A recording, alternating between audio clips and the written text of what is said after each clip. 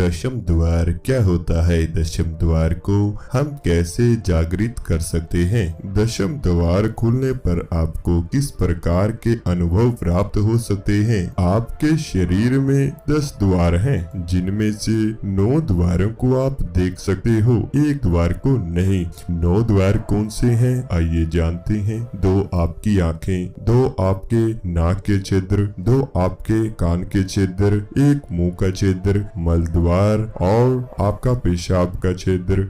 ये हो गए 9।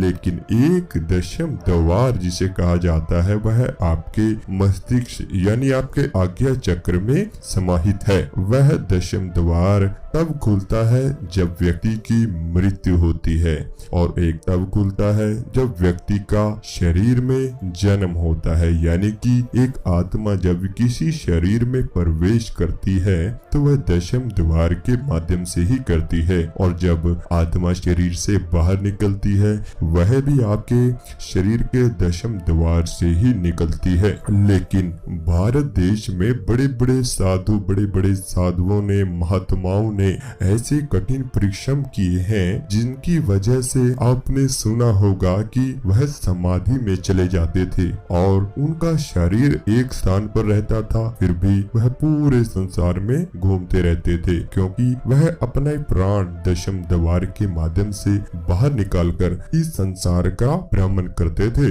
इसको जागृत करने की एक कहानी मैं आप लोगों को सुनाता हूँ कि इसको जागृत सबसे सरल विधि के द्वारा कैसे किया जाए। तो आइए चलते हैं कहानी की ओर। एक कहानी इस प्रकार शुरू होती है कि किसी गांव में एक ताले की दुकान थी। ताले वाला रोजाना अनेकों ताले तोड़ा करता था। आप इस ताले को अपना दशम द्वार मान के चलिए, तभी आपको यह कहानी समझ आ जाएगी। तो जैसा कि हमने कहा कि गांव का एक दुकानदार रोज ताले तोड़ा करता था और अनेकों चाबियां भी बनाया करता था।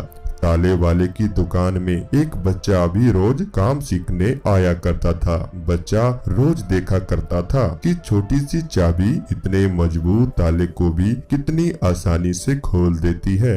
एक दिन बच्चे ने ताले वाले से पूछा कि हथौड़ा ज्यादा शक्तिशाली है और हथौड़े के अंदर लोहा भी ज्यादा है, आकार भी लोहे का चाबी से बहुत बड़ा है, लेकिन फिर भी हथौड़े से ताला तोड़ने में बहुत समय लगता है और इतनी छोटी सी चाबी बड़ी आसानी से इसे मजबूत ताले को भी खोल देती है। दुकानदार ने मुस्कुराया कि बच्चे को देखते हुए दुकानदार बोला कि हथौड़े से तुम ताले पर ऊपर से प्रहार करते हो और उसे तोड़ने की कोशिश करते हो, लेकिन चाबी ताले के अंदर तक जाती है, उसके अंतर मन को छूती है और उसके अंदर घूमकर ताले के अंतर मन को बिना चोट किए, स्पर्श किए ताले को आराम से खोल देती है और ताला भी आराम से खुल जाता है।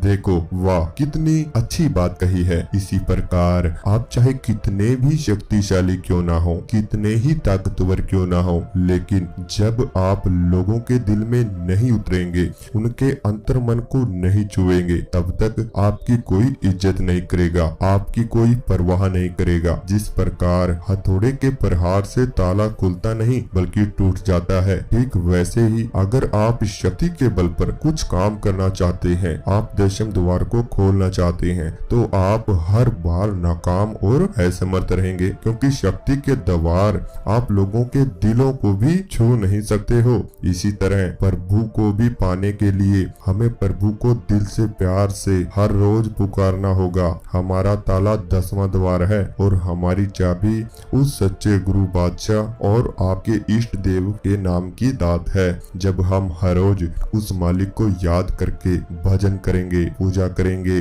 ध्यान करेंगे, मंत्र जाप करेंगे, भजन सिमरन करेंगे, हमारा उस चाबी का काम भी वो शक्तियाँ अपने आप ही कर देती हैं जो हमारे दशम द्वार को खोलती हैं। याद रखिए, ध्यान, पूजा और सेवा भाव चाबी का काम करती है और उस ताले रूपी दशम द्वार को पार कर सकती है और खोल भी सकती है। अब हमें अपने मन को अहंकार के वश में रखकर हथौड़ा बने रहने देना है या फिर मन को भजन सिमरन में लगा के उस चाबी का रूप बनाना है, यह आप लोगों के ऊपर ही निर्धारित करता है। माना जाता है कि व्यक्ति का जो शरीर है उसे दो भागों में बांटा गया है, रोगी और भोगी, मतलब शिव और शक्ति, और शिव शक्ति को ही कुंडलिनी का नाम दिया गया है। तो इस कुंडलिनी को जगाने के लिए आपको पैड़ी दर पैड़ी चलते जाना है, अपने आप को ध्यान में उतारते जाना है। आप लोग ब्रह्म मुहूर्त में निरंतर ध्यान करें, आप महसूस करेंगे कि कुछ दिनों में ही आपके चक्र जागृत होने शुरू होंगे। आपके दशम द्वार में एक फड़कन शुरू होगी, एक व्हाइट प्रकाश आप लोगों को ध्यान में दिखाई देगा। आपको ब्रह्मनाद की आवाज सुनाई दे सकती है। माना जाता है कि यहीं से आत्मा निकलकर ब्रह्मलोक की सैर करती है। आपने भी सुना ही होगा जो व्यक्ति बोलते हैं कि जिन्होंने दशम द्वार के बारे में जान लिया और जिन्होंने जागृत कर लिया उनकी मृत्यु कभी नहीं होती। तो यह बात तो हकीकत ही है, क्योंकि आत्मा हमेशा अमर रहती है। आपकी आत्मा भी दशम द्वार के माध्यम से यह शरीर छोड़कर बाहर निकल सकती है। तो ऐसे ही बोला जाता है कि आपका दशम द्वार आप लोग अगर जानना चाहते हैं तो इस चैनल को सब्सक्राइब करें, बेल आइकन को प्रेस जरूर करें।